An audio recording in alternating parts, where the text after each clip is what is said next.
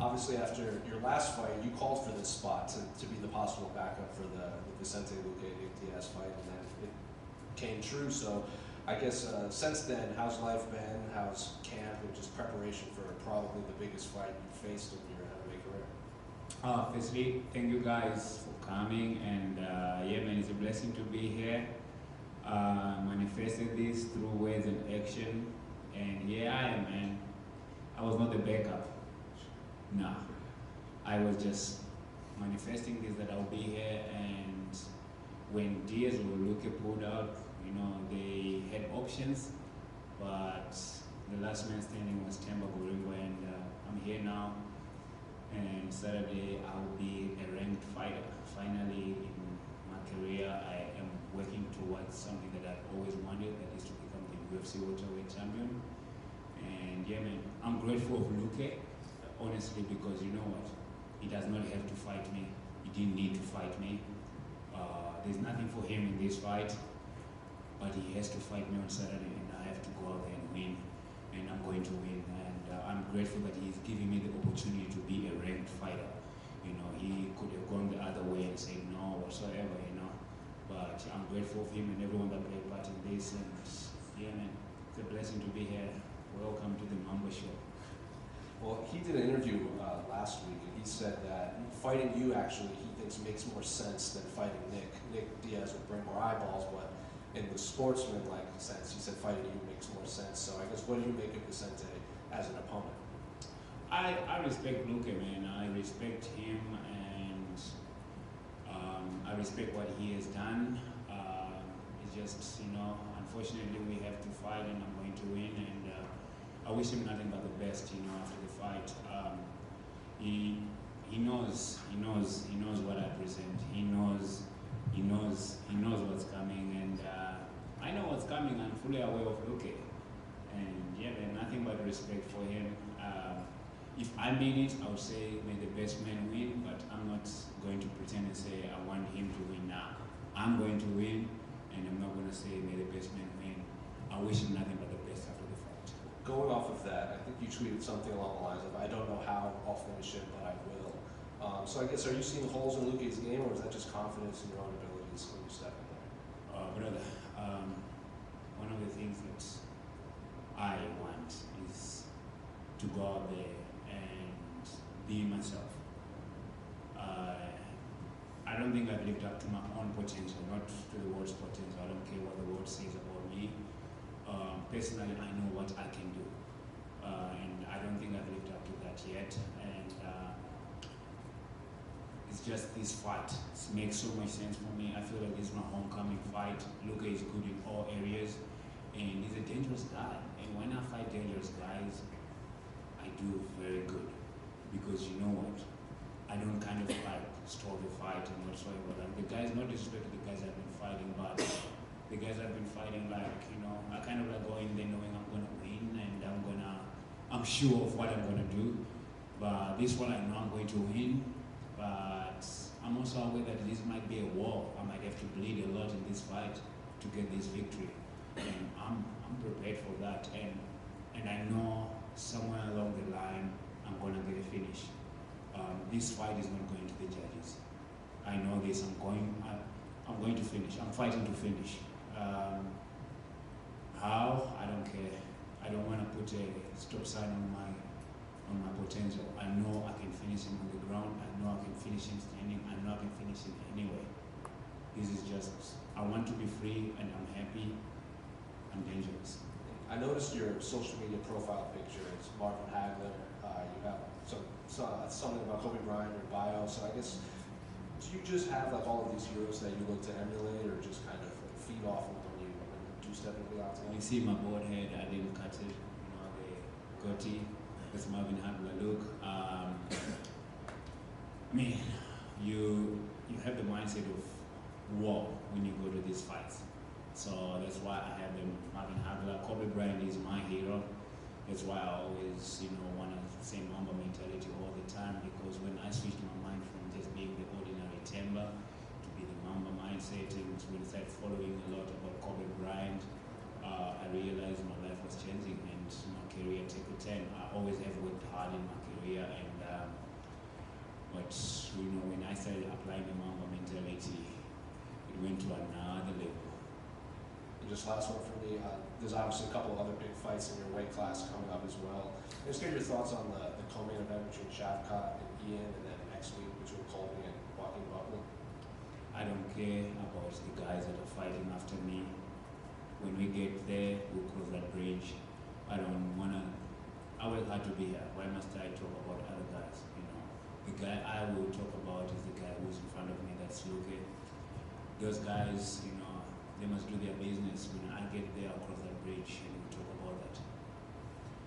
I'm sorry, you don't seem like the kind of guy to feel a lot of pressure, but is there extra motivation going into this because you asked for this and now you've got to deliver because you made it a big point that you want this fight? I don't have pressure, man. I'm Themba. I just go out there. I create pressure. I create my own pressure. I don't have to. I'm not under pressure from anybody or anything. I'm happy to be here. I'm just going to go out there and do my job. December 7th, 2024, I'm going to win by any means necessary. I don't have pressure. Thank you. My man. Are By you the way, excited? wait. Thank you so much for putting it out there to us, Dana, about this fight, and I think that was part of me getting this fight. There were other options. Almost lost this fight, not getting it, and I think it all came down to me having, you know, so many people saying Themba, Themba, Themba. So thank you, Emmy. It's a blessing. Thank You're you. welcome. Are you excited to be fighting in front of a crowd finally? Your first fight outside the Apex is on a big pay-per-view in Vegas. Are you excited? It's a fight. It does not matter where I fight. Even if I was fighting Luque in Mars, I don't mind, bro. As long as I'm getting that number, you know, I didn't care. If they told me I was going to fight Luque in the Apex, I didn't care. What's important is the number next to his name that I want. If they took us to go and fight anywhere else in the world, I don't care. I'm gonna go and do my job. So I'm happy to just be in the UFC and to fight Luque. It's a blessing, and I'm gonna go out there and do my job.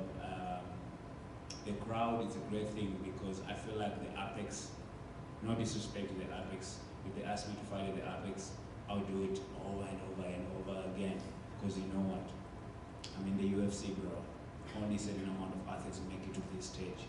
So you gotta be grateful. But like the crowd, I feel like it's gonna bring my full potential. And I feel like the Apex has been holding me back a little bit. This is my homecoming fight. I'm ready to bleed. I'm ready to bleed. If my eye is gonna have to look that side for me to get this win, bro, I'm coming for everything. That's all I can say. What would a ranking mean to you? Just, you know, your story, where you've come from, you've been asking for a top fighter. What would a ranking mean to you? This is not an accomplishment. This is not part of my goal. It's a step towards my goal. The goal is to become the UFC welterweight champion. The ranking makes my point valid. Do you get what I'm saying? It's not an accomplishment that I'm like, oh, now I'm ranked. Nah, bro. I'm not gonna go and celebrate this. I'm gonna win and I'm gonna be happy, go do what we always do with my friends and my coaches and everything. But like, this is not the accomplishment. The accomplishment is the goal that I set out when I started this sport 14 years ago to become the UFC welterweight champion. You understand? So getting ranked validates my point, and getting ranked can at least put me into fights that I need to get to the title. And finally, for me, can you talk a little bit about training, having trained before, and all you new sparring partners and training partners?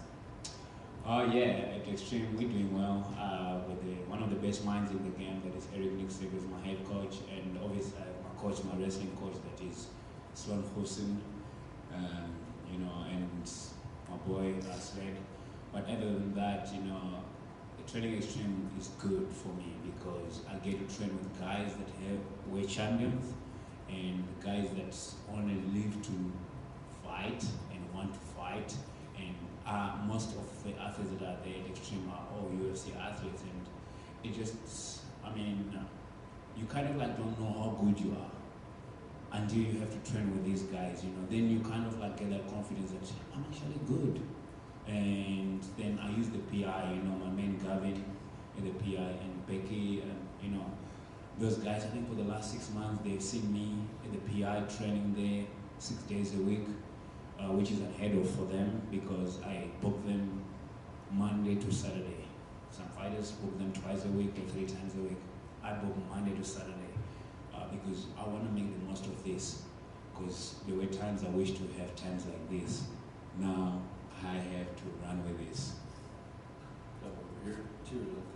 Extreme Couture and Coach Nixon got nominated for Gym of the Year, Coach of the Year. So how does it feel to be a part of that, and what would that mean for you guys if you guys are coming with those 2 awards?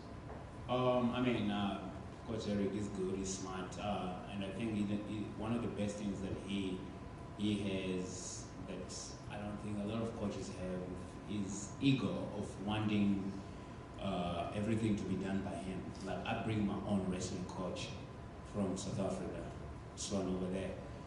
He does not have a problem with that. I go to do boxing with someone else. He does not have a problem with that. And I go and do my other stuff everywhere else, and then I still come to Extreme for the knowledge that he has. And I feel like a lot of coaches want to control everything, and they want fighters to be in the palm of their hands. Bro, I'm a fighter. I don't want to be held back. You know, I fight for freedom, and part of fighting is seeking your own freedom. And I feel like he gives fighters freedom to be who they want to be, and obviously guide them when it's time to fight. Themba, last question. Themba, right here. You've been very active lately. You said you've only seen your daughters for about 15 days in the last 6 months. Does it feel, when you get opportunities like this against Vicente Luque, does it feel like those sacrifices have finally started to pay off a little bit? Yeah, man. Yeah, I think in the last 6 months, I think I moved here to train in June. Then I went home for like 5 days in August. Then I came back, did my camp, and then I went home for another 5 days, and I flew back to Africa to get my visa renewed. And then I went back to Miami again, I think for 3 days. So that's, I think if you calculate, it's 13 days that I have spent with my kids in the last 6 months, trying to make these things happen for them, you know. My goal is to become the champion, but my other goal is for my kids to have a good life that I have not had when I was growing up. So everything I'm doing is for them in terms of like the monetary benefits and all that, but my main goal is just to become the champion, and I know becoming that comes all the other stuff, and that can solve the other puzzle for my kids' life. But coming back to your question, I mean, if you sacrifice, eventually something is going to give, and this sport is a sport of opportunities.